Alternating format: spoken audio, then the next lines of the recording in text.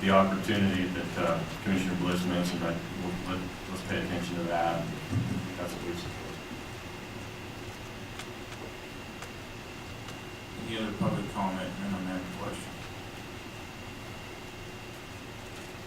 Brad Johnston, Lane County, for the record. We supported strategy 2. We sent our comments in. Really just to answer the questions as to the additional comments we made with respect to strategies 3 and 4. It was more of looking at strategy 3. We thought we had to look at strategy 4 as well, which is strategy 4 is adopted where an individual could put in both for antlered and antlerless elk, and that might affect the other strategy in terms of eligibility and unsuccessful. The effect on people who put in only for cow elk was a serious concern. I would, though, Mr. Johnson made a good point, because as we go through these and I hear from other people, even though I sat through the TAC committee meeting last night, Ms. Hullinger was at our CAD meeting last week, which was, thankfully she was there to help us go through these and take the time to explain various things. I think we would have been lost without her. You start thinking of new things, for like example, this depredation hunt. We've talked in the TAC committee about waiting periods and that. Well, the depredation hunt, is there a certain segment out there that have drawn an antlered bull tag, they're now in their ineligible period, and they're using the depredation tag to try to draw to get a tag during that ineligibility period? Taking away the bonus point system may not affect their behavior at all. And so I just dawned on me today, just listening to different people about, well, maybe we need to go back to the TAC and look at these eligibility periods again. Maybe that's affecting hunting behavior. I don't know, but having more time, and I guess we will, with these strategies, put it in the toolbox to come back at the next time they're implemented. But I can see where there's a lot of complexities, and you start thinking about human behavior and then different ideas and hearing from different people. It's a lot to digest. So, thank you. If there's any questions on any of the positions we took, I'm happy to answer them. Thank you. Come on up.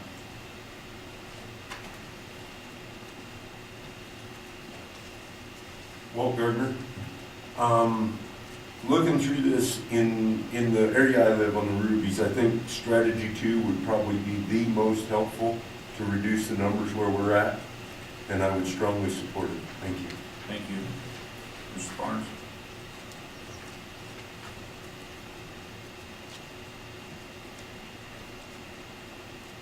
Again, Tom Barnes, Upper County Cab. We supported this strategy. From a personal point of view, I like the idea of these combination tags, because from someone that makes a living off the public lands and the resource, when you see hunting season, we're inundated with people. And I think when you create a combination tag, you're going to reduce the public impacts on our public lands with the combination tag. And that's what I support, because we're reducing our human footprint on our environment.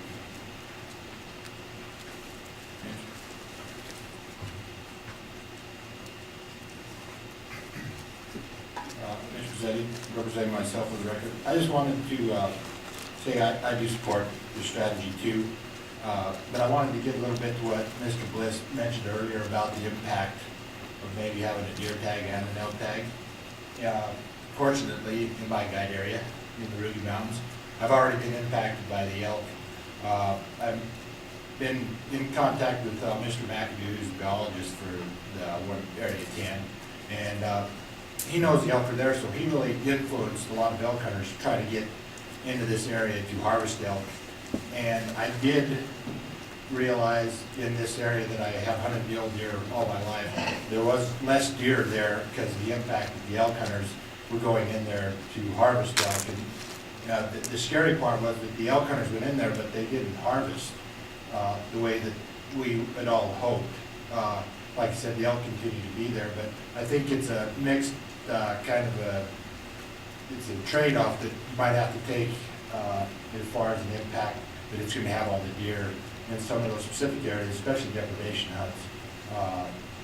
You know, we're going to probably, guys are going to have bull tags, and we're going to harvest bucks and elk in that same area or the same canyon, and but hopefully the trade-off get, maybe take the elk out of that area is gonna be better for the deer in the long run.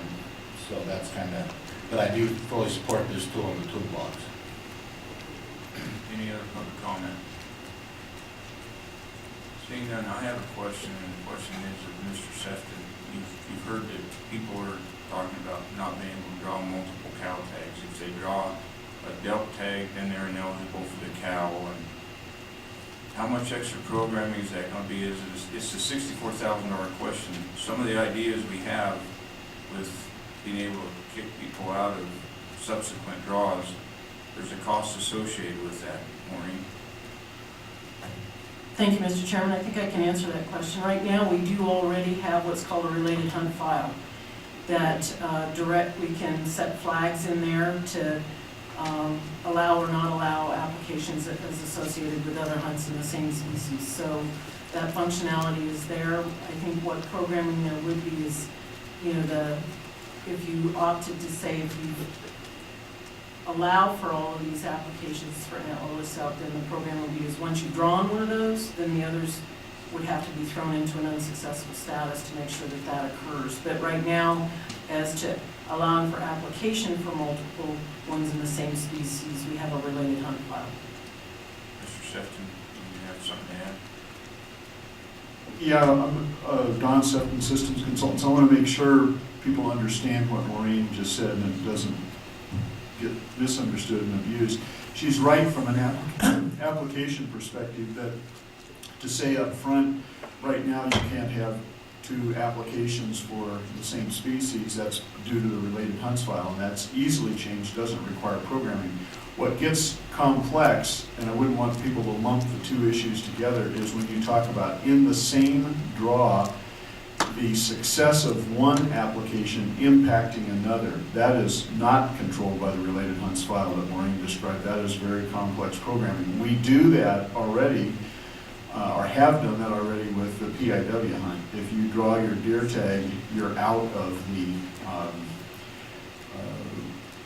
PIW success, and we mark the application. We consider it later in the draw, but it's already been marked, and that actually caused quite a bit of programming. It makes the draw really internally two draws. There's a draw for all the tags before the PIW draw, and then there's a PIW draw. So if you start talking about, well, we'll let you draw an elk, but then if you do, you can't get a cow elk in the same draw.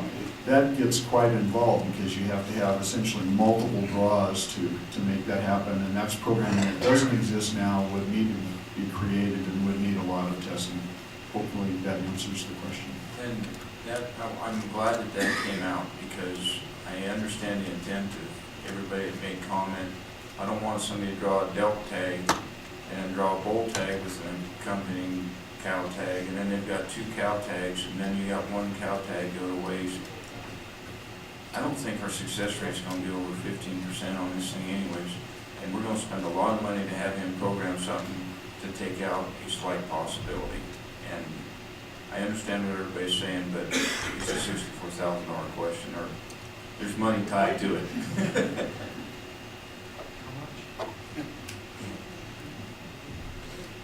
Okay, any other public comment? I'll bring it back to the commission.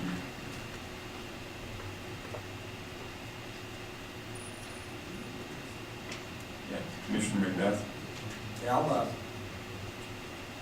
start with this with a motion to direct the department to implement strategy 2 at their discretion in areas where they deem it most suitable. And with regard to eligibility, for eligibility 2A, and I'm pretty much following the caps and obviously we've got applicant go with option 2 on eligibility 2A.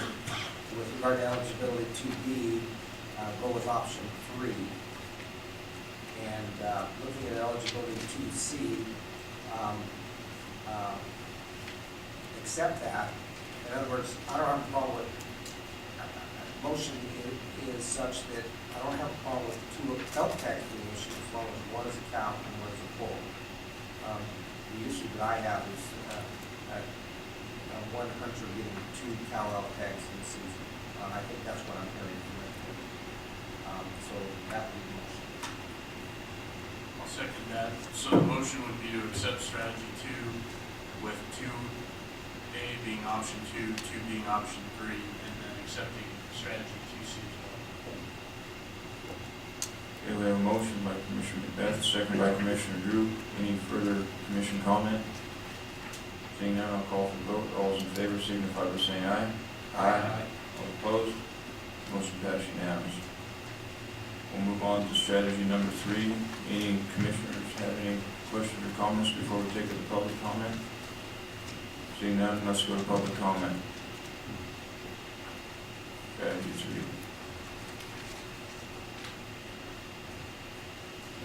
Since nobody's running up, I'm going to bring it back to the commission.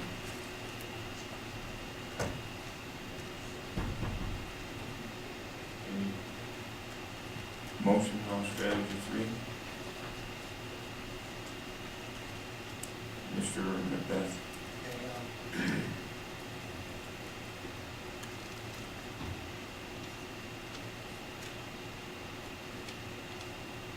this is a little bit closer as far as the caps, but I would propose to direct the department to implement strategy 3 at its discretion, another tool in the toolbox, so to speak. As proposed with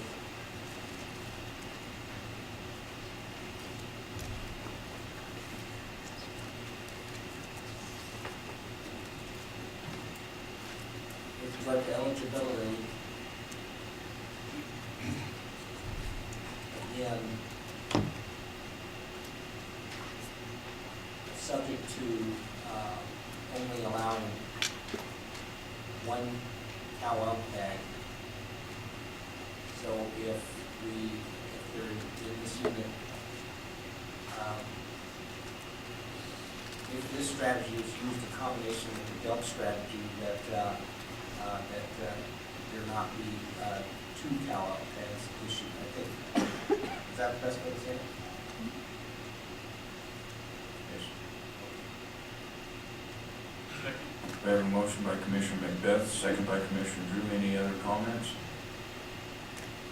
Seeing none, I'll call for the vote. All those in favor signify by saying aye. Aye. All opposed? Commissioner Bliss is absent on the vote, and Commissioner Young is absent, so it's 7-0. Okay, we'll move on to strategy 4. Any commissioners have comments on strategy 4 before we take it to public comment? Seeing none, public comment on strategy 4? Commissioner Reed, or Commissioner, County Advisory Board Member Reed. Sean Reed, Chair of the Washoe Cap. I only want to bring up the non-resident again, only because it wasn't discussed in number 2 and number 3. And I don't know if the director or the department has a thought on that as well, but I would like to see it at least considered. Thank you. Mr. Dixon? Paul Dixon, part-time cab for the record. We supported strategy 4 and option 1, but in addition to supporting option 1, we also had a motion which we strongly opposed options 2, 3, and 4. So not only did we vote for option 1, but we wanted to let this commission know that options 2, 3, and 4 were things that we felt were things we would absolutely not support. I mean, we would like you to know that. Thank you. Thank you. Any other? Mr. Johnson? Brad Johnson, for the record, we supported the option 4 to our comments. So sitting here thinking, we're talking a lot about eligibility. I think it follows on Chairman Rob's comment. I was thinking about this, to draw these multiple cow elk tags in this scenario, and have to put in for a deer tag in an area where a cow elk management tag would be available, draw it. Have to put in for a bull elk tag in an area where the cow management tag is available and draw it, and put in for a cow elk tag and draw it. The odds of drawing those multiple cow elk tags, I think is gonna be really remote. So before perhaps we get bogged down in eligibility, maybe you take baby steps and let it go through and see how many people actually get this type of multiple tags before addressing it and reprogramming and all that. I was just, you're talking about specific areas drawing in. And I can put it for a deer tag where there's not even gonna be a cow elk management tag availability or option. And same with perhaps a bull elk tag. The odds of drawing all these tags is gonna be fairly remote. I'm sure we're gonna hear about someone who does do it. That happens, you know, in any type of random draw, but I think it's gonna be very, very isolated instance. And I assure you, it will not be me that draws the multiple tags. And is it gonna be worth the cost for that one person not to draw it? Exactly. And maybe if you have the ability to hand them back in, then that is the way to address that scenario where someone says, well, I got 3 cow elk tags, I don't want 3 cow elk tags. Right? Thank you. Any other public comment? Come on up.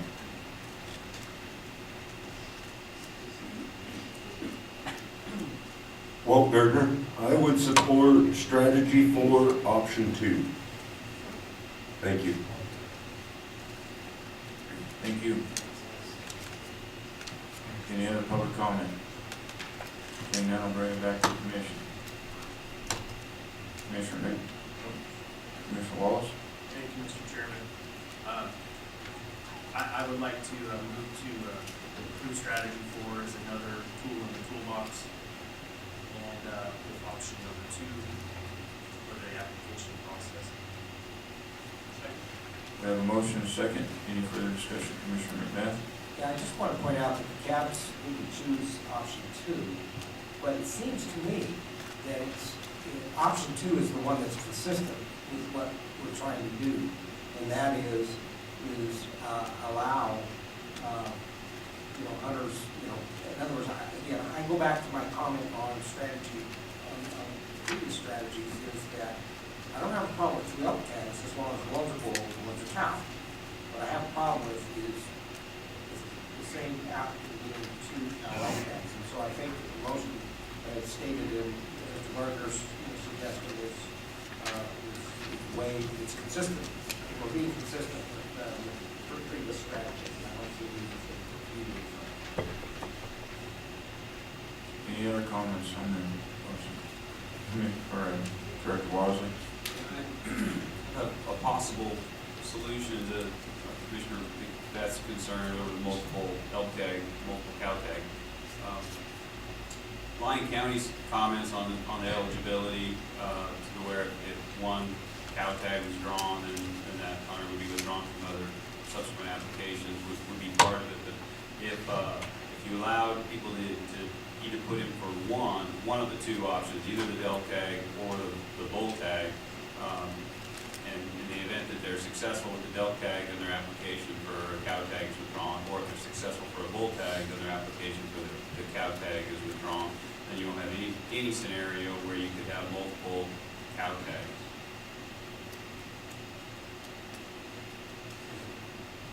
But it would require the eligibility, adopting the eligibility constraint that Lyon County proposed.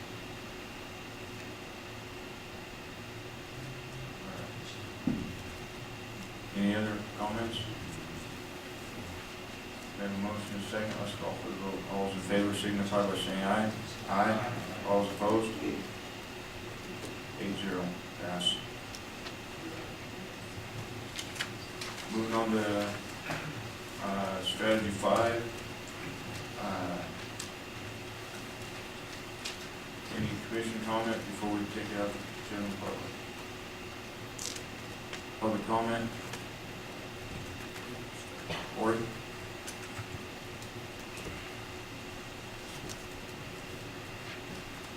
For the record, Corey Lytle, Lincoln Cab. We supported this as one of those tools. But I mentioned it at the TAC last night too, and I think a better approach to the spike issue is trying to get a definition of a management bull. Whether we call it a 5-point or less bull or whatever, I think we're heading in the direction that, we're implementing these certain types of hunts in these select areas and these select units where there are certain problems.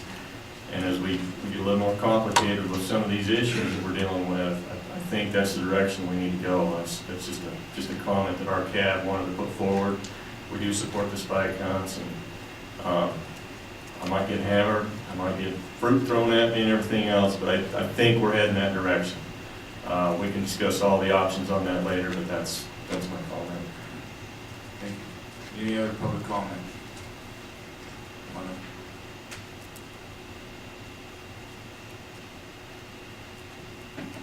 Walt Gardner, I would support option 5. I think there's areas where the bull numbers need to be brought down, and I'd like to see them brought down without knocking the top end off the bulls. Keep some trophy bulls in there. When we're talking, Corey Lytle talked about a non-trophy hunt. In Alaska, on a management hunt, they have to break the skull plate. It kills all incentive to kill a big animal because the skull plate's broken and it can no longer be scored. Mitch?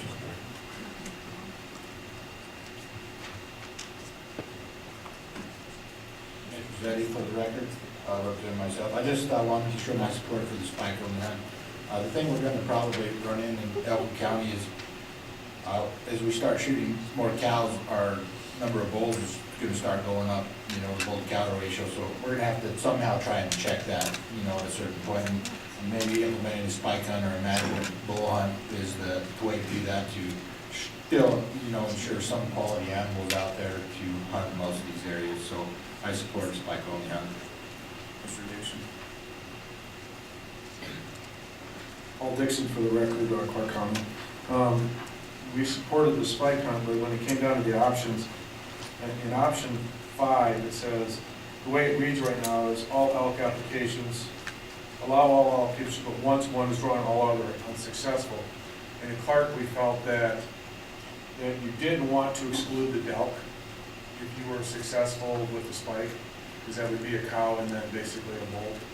And so we wanted to change the word. We recommended the changing of the wording that to go that is allow all elk applications, but once one is drawn, all other elk applications are unsuccessful with the exception of the elk tag. This is just a suggested wording that we gave in the system there because we thought we should have that option. So thank you. Thank you. Rex? Rex Slaughter speaking on behalf of myself. As I said at the TAC committee meeting last night, I'm opposed to any singular point classification. It's too restrictive. I think it's going to be a problem for it could be a problem for law enforcement. However, I would support a management bull elk hunt where we allow several different point classes of bulls in it. Anybody else? Come on.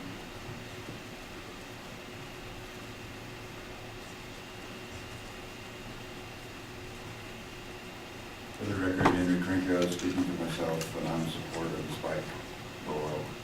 Thank you. Mr. Reed? John Reed, Washoe Cap. We did not support the spike hunt for several reasons, not the least of which is that when we have these spike hunts, from the areas that I've seen where they have them, you'll see a lot of spikes. Additionally, if the intent is to take out more bulls, you're going to have more tags, you're going to have more hunters, you're going to have a whole lot of the issues that the other 4 strategies seem to be trying to preclude. Thank you. Thank you. Anybody else? Seeing none, I'll bring it back to the commission.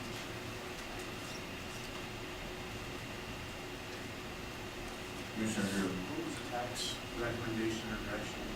I know there was a maybe formal motion, but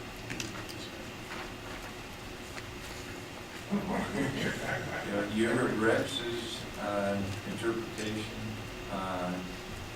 There's some other comments made. I myself don't know if the spike hunt's the best way to go. A management type bull hunt might be the best way to go. Public perception is important. You have something to say, Commissioner McGinnis? I think, Mr. Chairman, my tendency is gonna be to stay away from the spike hunt for now. I don't know that we're prepared to go quite there. I mean, we're talking, I understand the numbers, and I'm all for, Elko has that elk-free zone that there was a commitment made, an awful long time ago that area was gonna be kept as free of elk as possible. And I think it's in our best interest as a commission and as a herd to make sure that happens. So, the strategies, I haven't had any problem, supporting the strategies that have been thrown out for cow elk and things of that nature. But we're getting into a little different conversation with the spike elk hunts, and I think for me, that one might be better served in a different day, a different time, maybe not as part of this one. We put some tools in the toolbox, and right now I'm kind of sitting on, not doing this spike elk hunt at this point.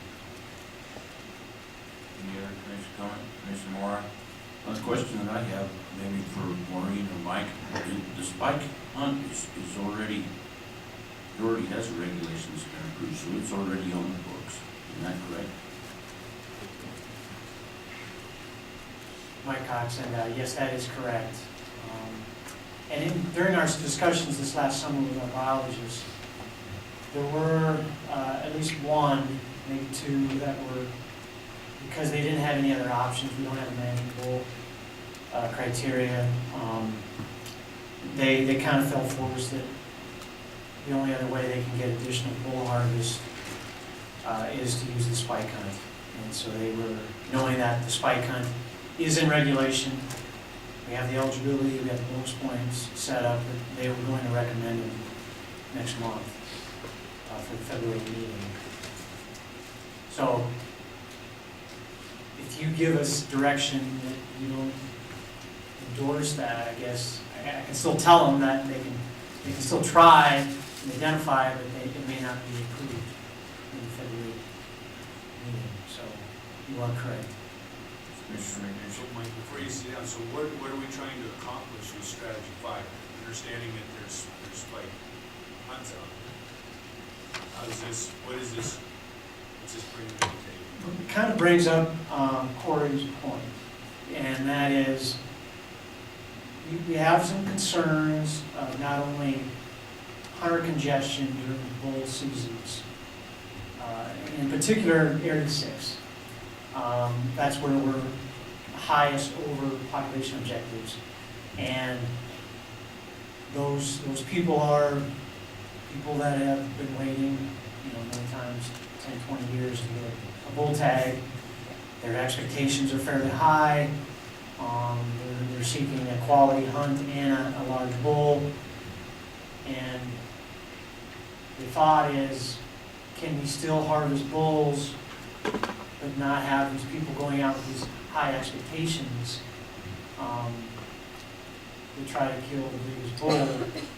So right now, the only tool in the toolbox is alternate. The only other antlered bull tag that we can issue is a spike bull. We kill those yearlings before they get to be 8, 9 years old.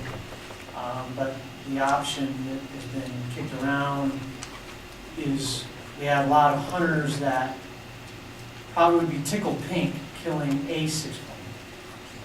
And from Boone and Crockett standpoint, maybe 270 to 280. Commissioner Beth would relate to that score. Versus a 370 to 380 6-point. And we could take a lot of those bulls in the 2, 3, 4 years age class and not necessarily affect some of these bulls at the top end, but the criteria and the antler point restriction is a sticky wicket. And other states, they do have these hunts. They have spike hunts, they have management bull hunts in other states. Some have had minimal violations, some have had a fair number, but it's probably over across the board. So I think our biologists really need more bull harvest, but they're concerned about increasing the antlered bull tags because of the complaints of the expectations of those 41, 51 muzzleloader and archery seasons, and the amount of weight that people have had. So they figured, well, I can at least kill them as a young. That's the only other option we got. So just to, so with that in mind, you know, and I have to admit, you know, reading here, and I had thought of this, it was being brought to us as a broad, over-the-counter, you know, across all areas type of concept. So why, I guess back to my original thought, why can't this conversation occur when we're setting seasons and poses? It will again too. I mean, I'm open to that, Yeah. I'm just not sure that today's the day for that conversation. I think it might be a little more. Well, your reservations are shared actually with other biologists. That's why I said there's only one, maybe two, that have warmed up to the spike bullhorn. Others haven't. So, yep. So yeah, February, we'll have a discussion again. It's all right.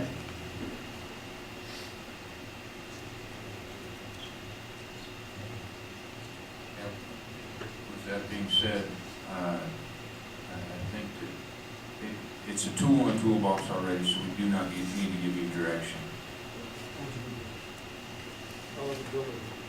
Eligibility.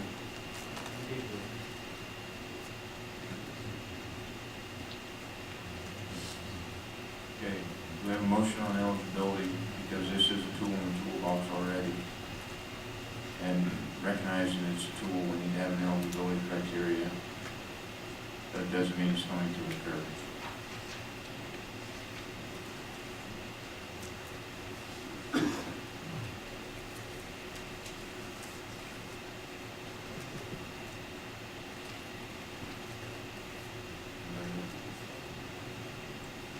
Commissioner Bliss? I guess for a motion,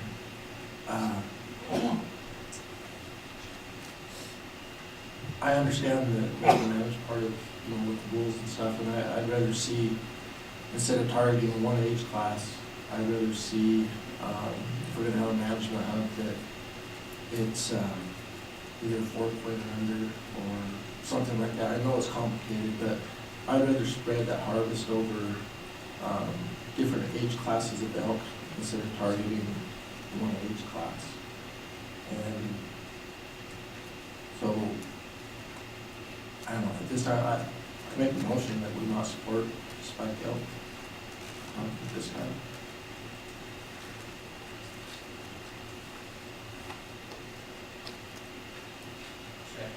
Okay, we have a motion and a second on not supporting the spike elk hunt at this time. Any further discussion? Okay, seeing none, I'll call for the vote. All those in favor signify by saying aye. Aye. And this vote really goes nowhere because we still have it on the books. Yeah, I guess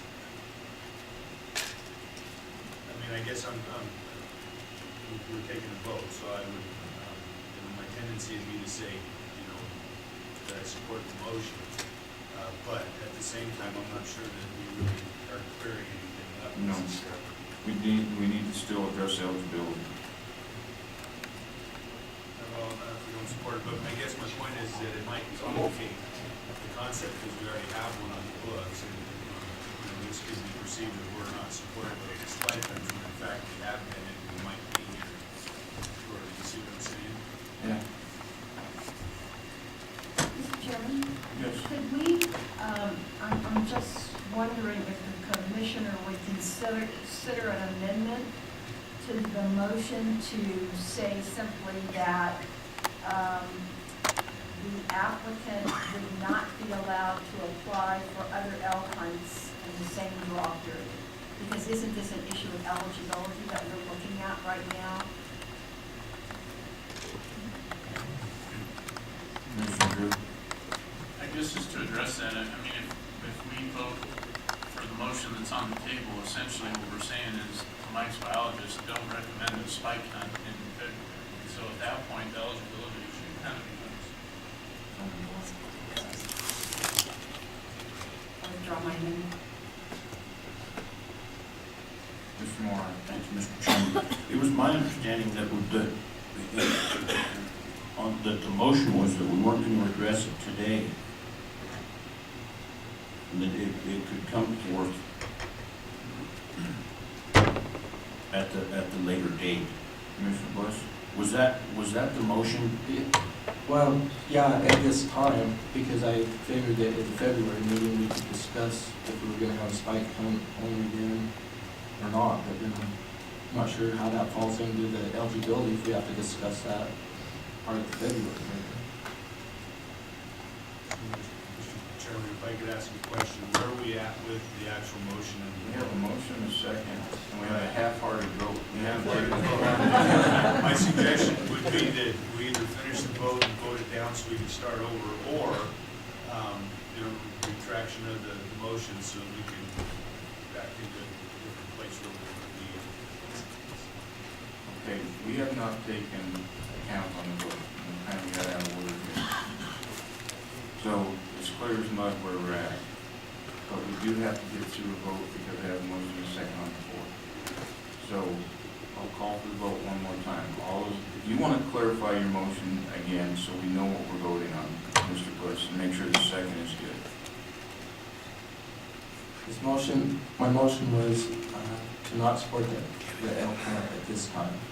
And basically it's for at this meeting or whatever, it's not saying that we could never bring it up again next meeting. Mr. McBeth. I just want to point out that we already have the option to veto a spike hunt when it comes up in season settings and in the quota settings already. So I guess I struggle with trying to limit the department at this point on a tool that's already in the toolbox. It's already there, and so we still have the authority once it comes up, if they do bring it, to deal with it at that time. And so I guess I struggle with the motion, and so I probably could support it. Commissioner McNish. Well, I appreciate Commissioner Bush's attempt to kind of move us forward. I'll vote against it as well. I don't know that we need to take a motion on the actual spike elk. I think we need to talk about the eligibility, and I think that will provide the direction that gets us to February where we can talk about spike elk hunts in a broader sense of what we're already doing.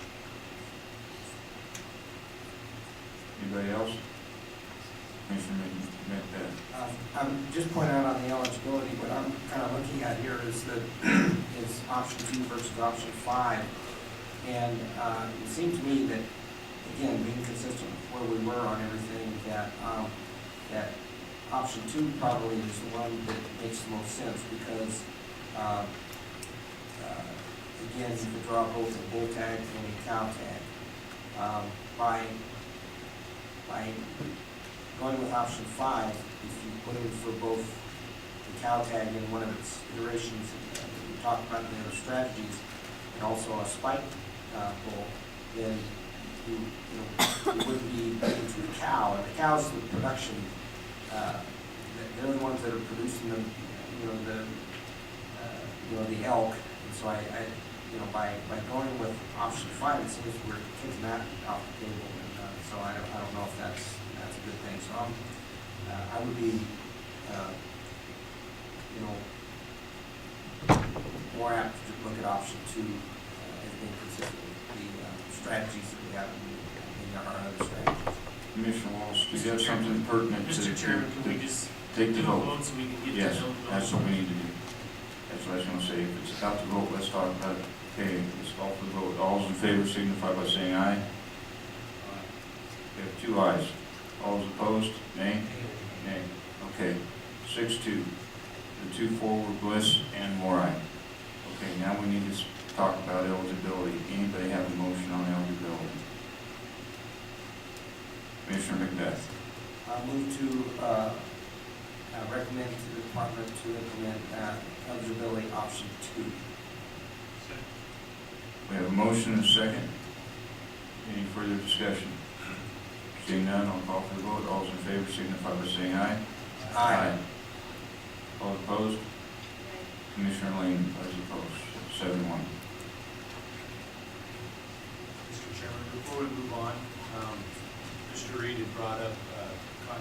concept of the non-resident, and I just want to ask for clarification. My assumption has been, I haven't seen anything in here that's specific to residents, so are these applying to non-residents as well? Do we need to make those clarifications, or what do we have to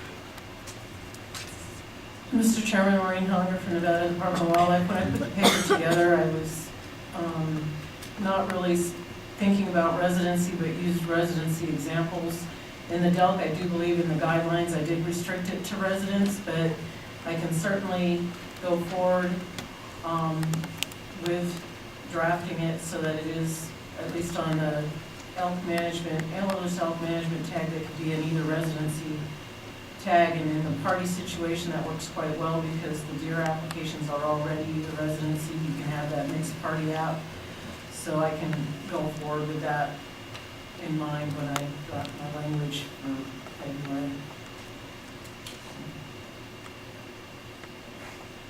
Just ask a follow-up question, Maureen. What was the cost of a non-resident cow tag, and did we fill all the non-resident cow tags that we had on the table this year? We did, in regards to issuing all the tags, and it's $500.